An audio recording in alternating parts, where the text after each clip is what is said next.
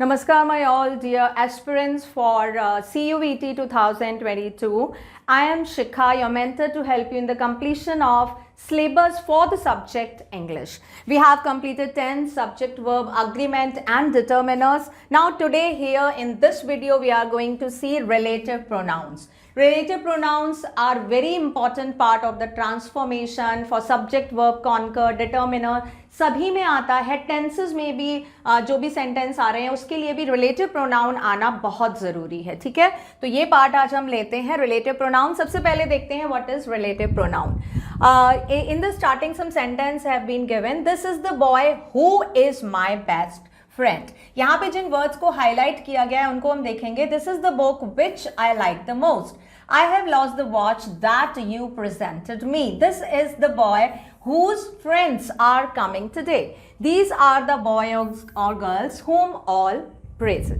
Now in above sentences, each sentence has two sentences or clauses joined by the word who, which, that, whose, whom, etc. अभी आप देखो इस हर sentence के दो part हैं. जो पार्ट होता है उसको आप क्लॉज भी बोल सकते हो. ठीक है, क्या बोल सकते हैं हम? क्लॉज. तो यहाँ पे हर सेंटेंस के कितने क्लॉज हैं? 2 क्लॉज. यहाँ पे हर सेंटेंस के दो क्लॉज हैं. यहाँ पर जो क्लॉज और ये दोनों सेंटेंस कुछ वर्ड से जुड़े हुए हैं. These words are called conjunctive pronouns because these acts as a conjunction between 2 clauses. तो ये जो भी वर्ड है ये किस तरह से काम कर रहे हैं? कंजंक्टिव प्रोनाउन, या आप बोल सकते हो रिलेटिव प्रोनाउन, जो रिलेशन बता रहे हैं. एक सेंटेंस के पार्ट का दूसरे सेंटेंस के पार्ट से रिलेशन जोड़ रहे हैं, तो रिलेटिव प्रोनाउन या कंजंक्टिव प्रोनाउंस, इनको conjunction between the two clauses बोला जाएगा. These words are also called relative pronouns because these relate the second clause with the first clause and these are used to represent their antecedent of the और the noun just before them. ये conjunction जो है वो एक तरह से relation बता रहे हैं. जो रेस्ट ऑफ द सेंटेंस, जो दूसरा वाला पार्ट है, उसका रिलेशन पहले वाले सेंटेंस से बता रहे हैं. Antecedent you can say the former part. जो पहले वाला पार्ट आ रहा है, पहले वाले पार्ट में क्या हो सकता है? नाउन हो सकता है. तो ये जो वर्ड है वो नाउन से इस सेकेंड पार्ट का रिलेशन बता रहे हैं. इनको बोलेंगे रिलेटिव प्रोनाउंस. ठीक है, in sentence 1 the word who represent the noun boy and hence it acts as a pronoun. ये who किसका रिलेशन बता रहा है? who बता रहा है boy से relation. Then as this word relates second clause with the first clause, second clause who is my best friend is the description of the first clause. This is the boy. यहाँ पे देखो एक sentence ये हो गया, this is the boy and my best friend is my best friend. तो यहाँ पे क्या हुआ? 2 पार्ट हो गए. तो this is the boy, जो boy है वो मेरा फ्रेंड है. तो यहाँ पे जो who है वो दोनों के बीच में कनेक्शन बता रहा है. ये डिस्क्रिप्शन है, यानी कि आप बोल सकते हो वी कैन से ना डिपेंडेंट क्लॉज, और पहला वाला जो सेंटेंस है वो इंडिपेंडेंट क्लॉज होता है. ज्यादातर मतलब ऐसा जरूरी नहीं है कि जो पहले सेंटेंस है वो इंडिपेंडेंट और बाद वाला डिपेंडेंट होगा. जो इंडिपेंडेंट है मतलब इट डजंट नीड एनीथिंग, और जो दूसरा वाला डिपेंडेंट होता है जिसको डिस्क्रिप्शन की मतलब वो डिस्क्रिप्शन अधूरा है जब तक उसको पहला वाला सेंटेंस नहीं पढ़ा जाएगा. I hope it is clear. So यहाँ पे हम बोल सकते हैं कि that this is the boy, it is called relative pronoun. क्या बोलेंगे हम? Relative pronoun who. ये आ रहा है यहाँ पे hence all the words who, which, that, whose, whom are relative pronoun. तो जितने भी हमने अभी पढ़े ये सब क्या है? Relative pronoun. अब इनके काइंड्स हैं, इनको यूज कैसे करते हैं, that we will move on to see. Now see use of who. सबसे पहले हम हु का देखते हैं. हमने जितने भी देखे relative pronoun, now one by one I will tell you in the detail कि कैसे यूज करते हैं with the help of some examples. Who is used when there is any person before blank space. किसके लिए आता है भाई? किसी पर्सन के लिए आता है.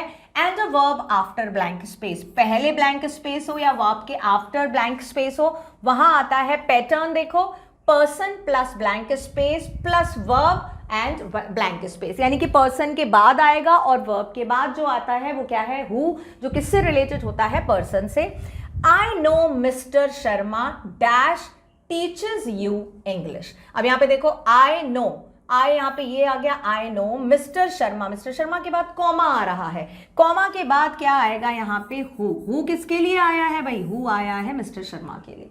अभी हमने पढ़ा था ना एंटीसीडेंट, यानी ये किससे रिलेटेड होता है? एंटीसीडेंट यानी फॉर्मर. फॉर्मर क्या है? एक नाउन जो पीछे आता है. पहले क्या आया हमारा? नाउन आया. ये नाउन से रिलेटेड है तो उसके बारे में बता रहा है. यहाँ पे कौन है नाउन? मिस्टर शर्मा. यानी हु किसके लिए आया है? मिस्टर शर्मा के लिए.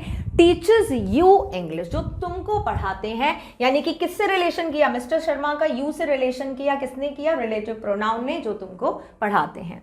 नेक्स्ट देखो, the boy dash is standing there is my brother. Okay, तो यहां पे लिखेंगे the boy who is standing there, जो वहां पे खड़ा है, इज माई ब्रदर, यहां पे कॉमा आ जाएगा, इज माई ब्रदर। तो यहां पे ये बॉय, ये देखो ये रहा, ये रिलेटिव प्रोनाउन, रिलेटिव प्रोनाउन का ये क्या है, एंटीसीडेंट। ठीक है, एंटीसीडेंट क्या है, हमारा एक नाउन है, आप याद रखेंगे एंटीसीडेंट ज्यादातर क्या होते हैं, एंटीसीडेंट ज्यादातर नाउन फॉर्म में होते हैं, क्योंकि प्रोनाउन किसको डिफाइन करता है, प्रोनाउन का तो काम ही होता है नाउन को डिफाइन करना, तो एंटीसीडेंट नाउन होता है। आई hope it is clear.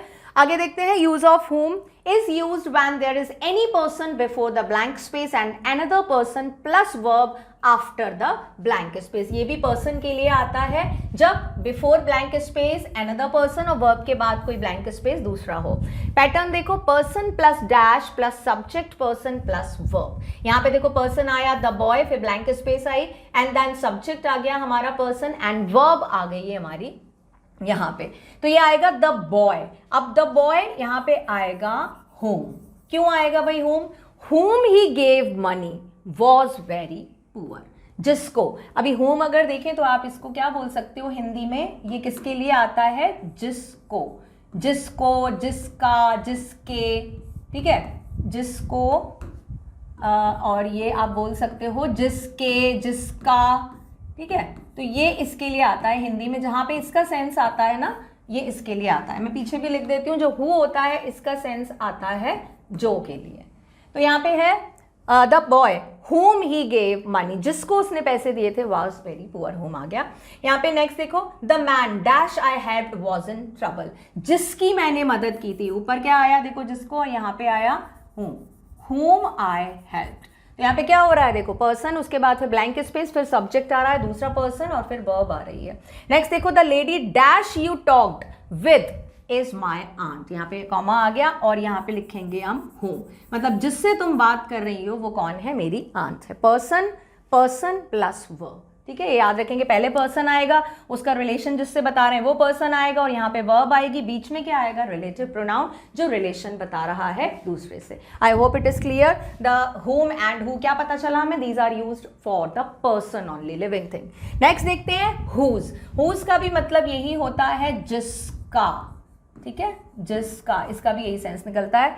It is use when there is a person before the blank space and a thing. अभी देखो यहाँ पे क्या आ गया, यहाँ पे आ गया पर्सन और अ थिंग, यानी कि ये दोनों के साथ यूज होता है, living and non living, verb और थिंग और पर्सन। देखो यहाँ पे पर्सन भी आ गया और थिंग भी आ गई, means this can be used with both.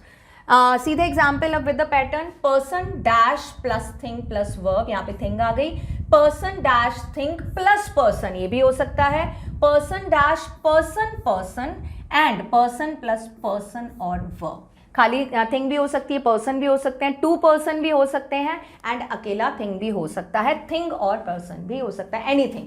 यानी कि हुज आप याद रखेंगे, whose can be used with living and non living, ठीक है, लिविंग एंड नॉन लिविंग दोनों के साथ हम इसको यूज करते हैं। हुज और हुम में सिर्फ लिविंग के साथ यूज किया था। अभी देखो यहाँ पे precaution must be taken while deciding the use of whom on whose. क्या प्रिकॉशन लेना है भाई, प्रिकॉशन का बारे में क्या याद रखना है, यहाँ पे लिविंग और नॉन लिविंग का प्रिकॉशन लेना है कि आपको नॉन लिविंग में you can use whose but, ठीक है, हुज यहाँ पे लिविंग के साथ भी, बट हुज में एक थिंग का कनेक्शन आ रहा है कि ये उसकी चीज है, ठीक है, तो चीज कैसी होगी, नॉन लिविंग होगी, रिलेशन तो बन रहा है ना, यानी कि यहाँ पे presence of living and presence of non living both are there. सीधे एग्जांपल, हुज और whose depend, whom and whose depends on the sense of the sentence. Sentence का सेंस क्या है, the man dash shirt is blue is my uncle. अब यहाँ पे क्या आएगा, द मैन हुज, जिसकी शर्ट, ये किसके लिए आया, मैन किसके लिए आया है, मैन के लिए, whose, I am so sorry, whose किसके लिए आया, मैन के लिए, पर्सन आ गया, शर्ट क्या हो गई, थिंग, और ये हो गया verb. The man dash car you borrowed is my neighbour, whose car you borrowed, ठीक है, ये क्या हो गया, whose car you borrowed, thing आ गई, person आ गया, and verb आ गया. The man dash son you taught is my uncle. ये person, यहाँ पे person है, यहाँ पे देखो ये प्यारा thing आ रहा है, verb आ रहा है, ये thing और person, ये person और ये person और verb. सब हर तरह के एग्जाम्पल यहाँ पे बता दिए हैं. यहाँ पे क्या आएगा आपका whose son. Next is the boy dash father is a doctor is my friend. यहाँ पर we will place comma, ठीक है, यहाँ पे comma लगाएंगे. Whose father, ठीक है, whose father is uncle. अच्छा, अभी एक चीज जो मैंने बताई तो ये याद रखेंगे, लिविंग एंड नॉन लिविंग. इसमें क्या याद रखना है? प्रेजेंस ऑफ, यानी कि सेंस देखना है हमको सेंटेंस का, कि सेंस क्या है, presence of living and non living. Use of which, ठीक है, यूज ऑफ विच देखते हैं हम. Which is used when there is any lifeless thing और animal before the blank space और and a noun a verb after the blank space. यहाँ पे विच में क्या आ रही है? लाइफलेस थिंग आ रही है, यानी कि नॉन लिविंग थिंग आ रही है, या कोई एनिमल आ रहा है. Animal and birds they are regarded as non living thing in literature. And blank space के बाद कोई नाउन या वर्ब आ रही है, like the dog dash bit you is his. यहाँ पे डॉग कैसे रिगार्ड किया जाता है? डॉग रिगार्ड किया जाएगा एक लाइफलेस थिंग, इसीलिए यहाँ पे हु नहीं आएगा. Who bit you, यहाँ पे क्या आएगा? Which bit you. The book dash Mohan gave me is yours. Book again is a lifeless thing. तो book के लिए क्या आएगा? Who नहीं आएगा, क्या आएगा? Which आएगा. Which Mohan gave me.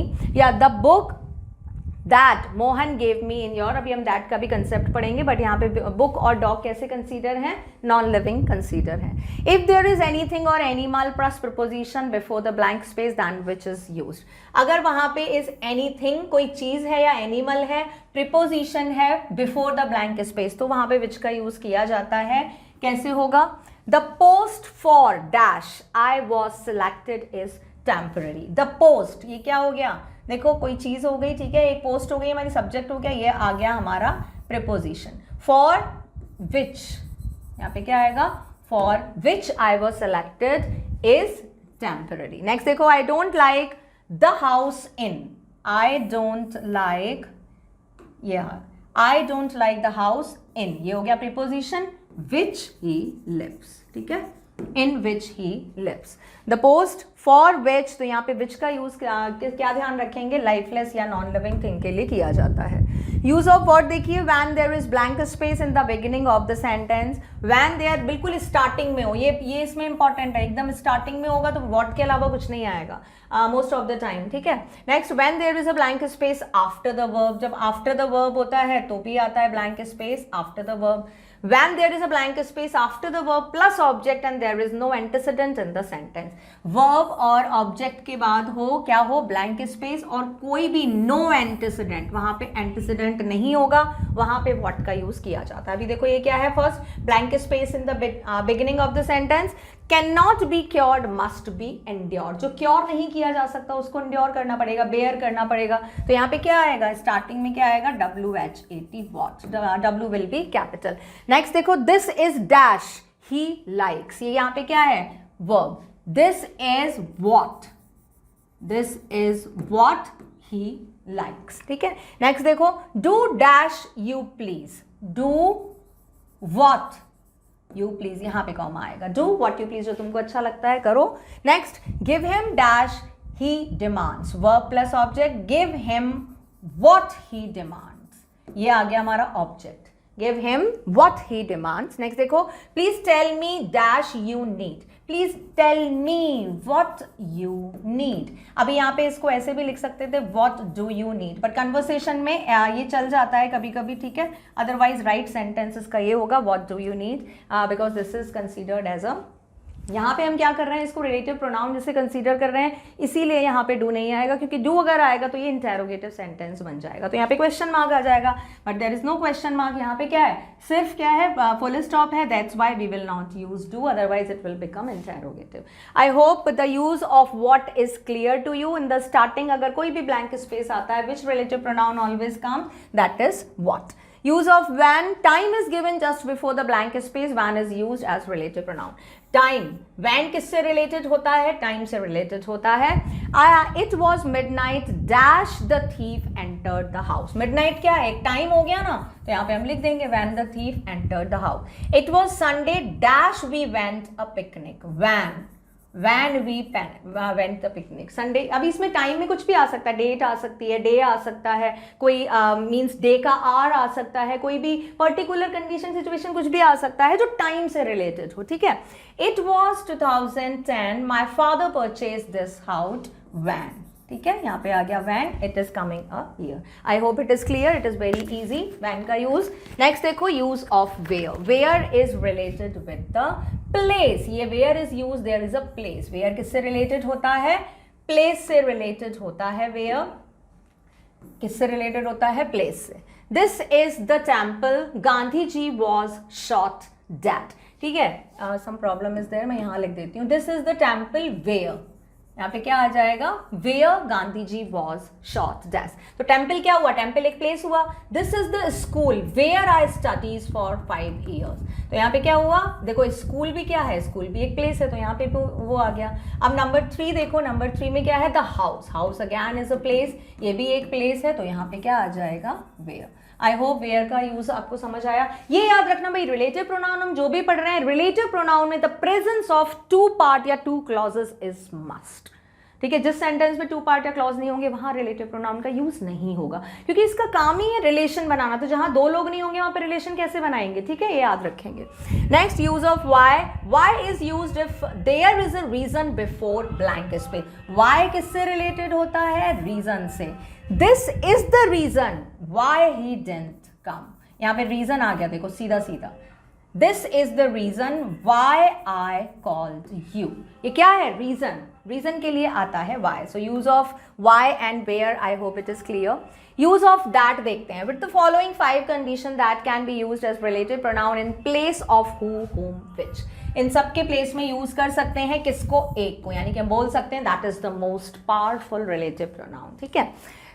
If there is superlative degree before a noun, antecedent before blank space. अगर कोई सुपरलेटिव डिग्री है before the noun, superlative degree जो बेस्ट, डियरेस्ट, ये जो होती है superlative degree, and the noun antecedent before a blank space, like Mohan is the tallest. देखो यहाँ पे यूज हुआ है द का, and the tallest boy that. यहाँ पे क्या आया है? That reads in our school. Superlative degree before a noun boy, ये आया है टॉलेस्ट, ठीक है। सुपरलेटिव द टॉलेस्ट, ये पूरी बोली जाएगी आपकी सुपरलेटिव डिग्री। तो यहाँ पे सुपरलेटिव डिग्री को कैसे डिफाइन किएंगे? दैट से।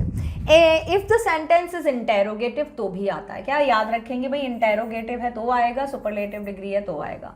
Who is he that troubles you. अब विच ट्रबल्स यू ये नहीं आएगा, या हु ट्रबल्स यू नहीं आएगा, यहाँ पे किसका यूज होगा? That. What is it that worries him so much?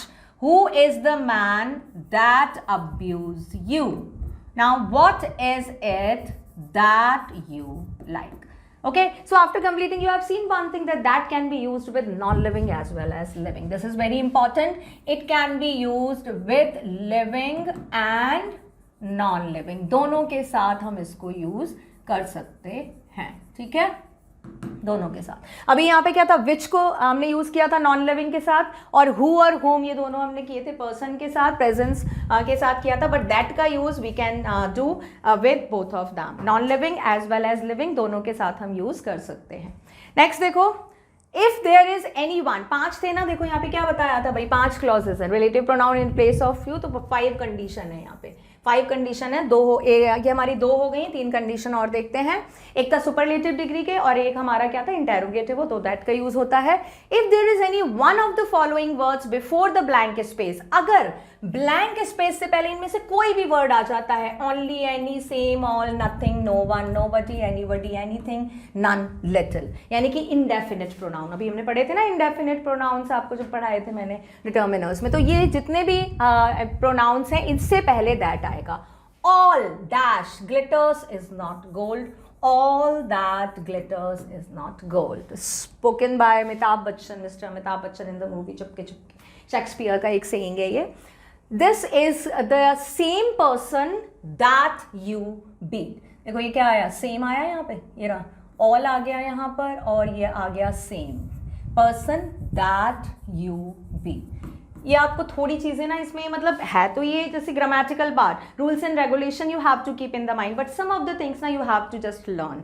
अगर ये सारे थोड़े से जो वर्ड लिखे हुए हैं कि भाई ये कंडीशन है, because error formation questions can come from this section, इससे आ सकते हैं। अगर आपको नहीं पता हुआ सेम तो आप यहाँ पे विच लिख सकते हो, तो गलत हो जाएगा भाई कि this is the same person whom you beat. तो whom you beat if you are writing, no, grammatically it will be as a rule, according to the rule it will be wrong, यहाँ पे that आएगा। ठीक है, तो ये जो word है ना, ये आप लोग ये वाली जो लाइन है ना, ये याद कर लेना, ये मैं लगा देती हूँ ये लाइन, ये सारे वर्ड याद कर लेना। If there are person plus thing or person plus animal before the blank space, person plus thing, non-living, living, person plus animal, living, non-living, दोनों, the man and the dog that you see, मैंने आपको बताया that का use दोनों के साथ कर सकते हैं, is the next door, तो यहाँ पे दोनों दैट आएगा। The cow herd and his cow dash we see walking on the ground live in that village, यहाँ पर भी दैट आ जाएगा। काउ हर्ड तो यहाँ पे लिविंग आएगा, बट काउ को कंसीडर करेंगे नॉन लिविंग, बट यहाँ पे दोनों के साथ कौन सा रिलेटिव प्रोनाउन आएगा, दैट। नेक्स्ट देखते हैं number 5 condition, if there is proposition after the verb of relative clause, like यहाँ पे अगर कोई प्रोपोजिशन है तो I know the man that you are talking about, I know the man that you are talking about, यहाँ पे preposition है। If preposition comes before a relative pronoun, यहाँ पे स्पेलिंग ठीक कर देती हूँ एक बार मैं, ये ठीक है, यस।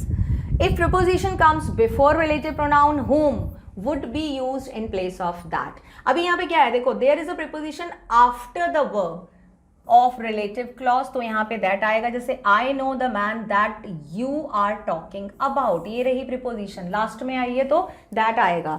अगर preposition पहले आती है before relative pronoun, तो यहाँ पे क्या आएगा, whom, used as the place of that। I know the man about whom you are talking, अब यहाँ पे क्या आया देखो, अबाउट कैसे आ गई, पहले आ गई है, किससे पहले, रिलेटिव प्रोनाउन, ये रिलेटिव प्रोनाउन के बाद आई है प्रीपोजिशन, तो यहाँ पे क्या आएगा, दैट। अगर रिलेटिव प्रोनाउन के पहले आएगी तो वहां पे क्या आएगा, home. I know the man about whom you are talking, यहाँ पर whom का यूज होगा। I know the house that he lives in, देखो प्रीपोजिशन हमारी लास्ट में आई तो यहाँ पे that का यूज हुआ है। प्रीपोजिशन अगर हमारी पहले आती है, this is the book that I told you about, again it is last, तो यहाँ पे that का यूज होगा। ठीक है, ये कुछ चीजें हैं जो समझने की नहीं, याद रखने वाली भी हैं। और ये कैसे याद रहेंगी, when you will do the practice और when you will keep yourself touch with the touch in with them. ठीक है, अगर आप इनको करते रहोगे कैसे करेंगे भाई, प्रैक्टिस से करेंगे, स्किप नहीं करना है, प्रैक्टिस नहीं तो आप भूल जाओगे ये सारी चीजें, because it is not possible to just learn all these thing. अब यहाँ पे बहुत सारे होते हैं रिलेटिव प्रोनाउंस, तो आप कितने रिलेटिव प्रोनाउंस याद करोगे, ये आपको सिर्फ प्रैक्टिस से समझ में आएगा। प्रैक्टिस जब आप क्वेश्चन करते हो, when you are sitting in the examination hall and solving the exam, then your mind started remembering that yes, once I have done this practice exercise, उसमें इस तरह का ये sentence था and वहाँ पे मैंने ये लिखा था। That's why ये जो recollection होता है that comes in your mind, जब आप करोगे ही नहीं तो वो कहाँ से आएगा सारी चीज़ें। Okay, so practice is very important, आपको करनी है। यहाँ पे मैं भी आपको practice कराऊंगी for relative pronouns, but here I have given about the detail of all the relative pronouns जो आज हमने पढ़े, who, whom, whose, which, that, where and why, ये सारे relative pronouns जो हमने पढ़े, इसकी प्रैक्टिस करेंगे हम in the coming video. Okay, that's it for now. We'll meet in the next video.